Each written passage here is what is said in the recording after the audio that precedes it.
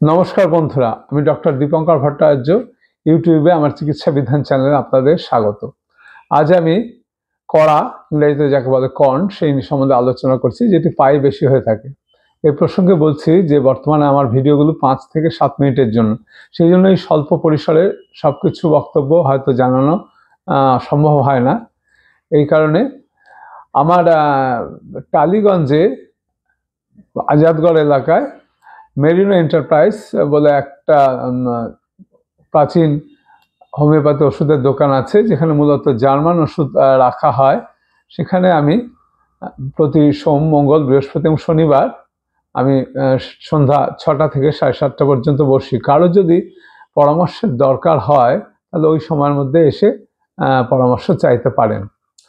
এখন আমি মূল বিষয়ে আসছি, যে কড়া দেখা যায় সাধারণত যে কোনো একটা কিছু শাল বা কোনো কিছু যদি পায়ের মধ্যে ফুটে যায় তাহলে সেটাকে কেন্দ্র করে ফাইব্রাস টিস্যু ফর্মেশন হয় এবং কড়া হতে পারে। তাছাড়া দেখা যায় যে ডিফেক্টিভ জুতো পরা, বেশি কোনো জায়গায় ডিফেক্টিভ চলাফেরা বা কোনো জায়গায় যদি অনবরত চাপ লাগে, সেই সব ক্ষেত্রে দেখা যায় যে কড়া তৈরি হয়েছে। এখন কড়ার ক্ষেত্রে যে জিনিসটা করা উচিত আমাদের, বিশেষ করে পায়ে যেহেতু করা হয়, সেই জন্য পাটাকে প্রতিদিন কিন্তু ঠিকমতো পরিষ্কার করা এবং পায়ের যাতে এক্সারসাইজ হয়, রক্ত চলাচল ঠিকমতো হয়, সেই জন্য ব্যবস্থা করা উচিত। প্রতিদিন সকাল এবং রাত্রে হাত পা খুব ভালোভাবে ধোয়া উচিত। তাছাড়া পায়ের তলাটা সফট, যে ব্রাশ আছে তাই নিয়ে অল্প 2-3 মিনিট একটু রাবিং করা দরকার, তাতে রক্ত চলাচলটা ভালো হয়। তাছাড়া তেল মালিশ করলেও দেখা যায় যে ভালো কাজ হয়। ভেসলিন দিয়ে পাটা একটু নরম করে রাখা যেতে পারে। আরেকটা কথা বলছি যে পায়ের করার ক্ষেত্রে অনেক সময় দেখা যায় ডিফেক্টিভ চলাফেরা বা আমাদের মুভমেন্টগুলো ঠিকমতো না হওয়ার জন্য জুতো পরা, এগুলো থেকে তো হয়ই। তাছাড়া দেখা যায় যে অনেক সময় খুব সফট জুতো পরা হয়, সেটার কারণেও কিন্তু অনেক সময় কড়া তৈরি হয়। অতিরিক্ত সফট কিছু ইউজ করা উচিত নয়।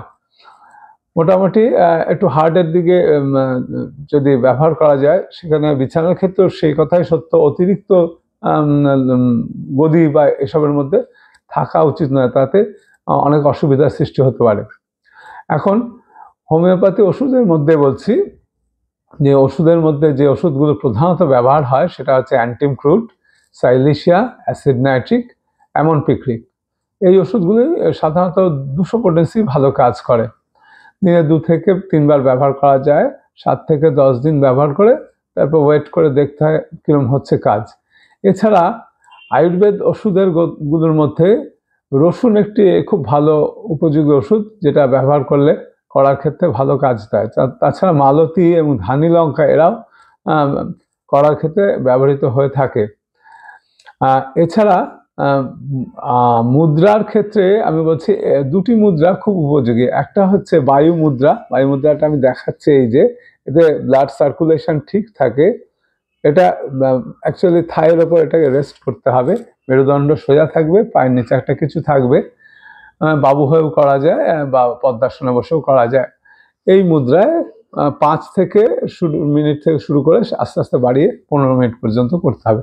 এটা হচ্ছে বায়ু মুদ্রা। এটা ব্লাড সার্কুলেশন ঠিক থাকে এবং এতে করার ব্যাপারটাও উপকার হয়। তাছাড়া আরেকটা মুদ্রা, যেটা অন্য জায়গায় অন্যরকম দেখানো হয়েছে, এটা হচ্ছে বরুণ মুদ্রা। এটা হচ্ছে আমাদের পঞ্চতত্ত্ব, এখানে 5টা আঙ্গুলে আছে। দ্বিতীয় হচ্ছে অপতত্ত্ব বা জলতত্ত্ব। এটা হচ্ছে বরুণ মুদ্রা।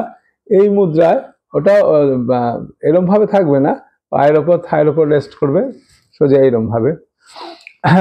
সেই মুদ্রা করলেও কিন্তু করার ক্ষেত্রে উপকার হতে পারে। তাছাড়া আকুপ্রেশার পয়েন্টের মধ্যে একটি আকুপ্রেশার পয়েন্টের কথাই বলবো, যেটা খুব উপযোগী। সেটা হচ্ছে থাইরয়েডের জায়গাটা। এই হচ্ছে 2 হাতেই করতে হবে, 35-40 বার এই জায়গাটা আকুপ্রেশার প্রেস করতে হবে। এই জায়গাটা প্রেস করে 2 হাতেই। এই গেল মোটামুটি চিকিৎসা। আর আসনের মধ্যে দেখা যায় যে ব্লাড সার্কুলেশন যাতে ঠিক থাকে, সর্বাঙ্গাসন, মৎস্যাসন, হলাসন ভালো। আমি কড়ার চিকিৎসা সম্বন্ধে কিছু ইনফরমেশন দিলাম।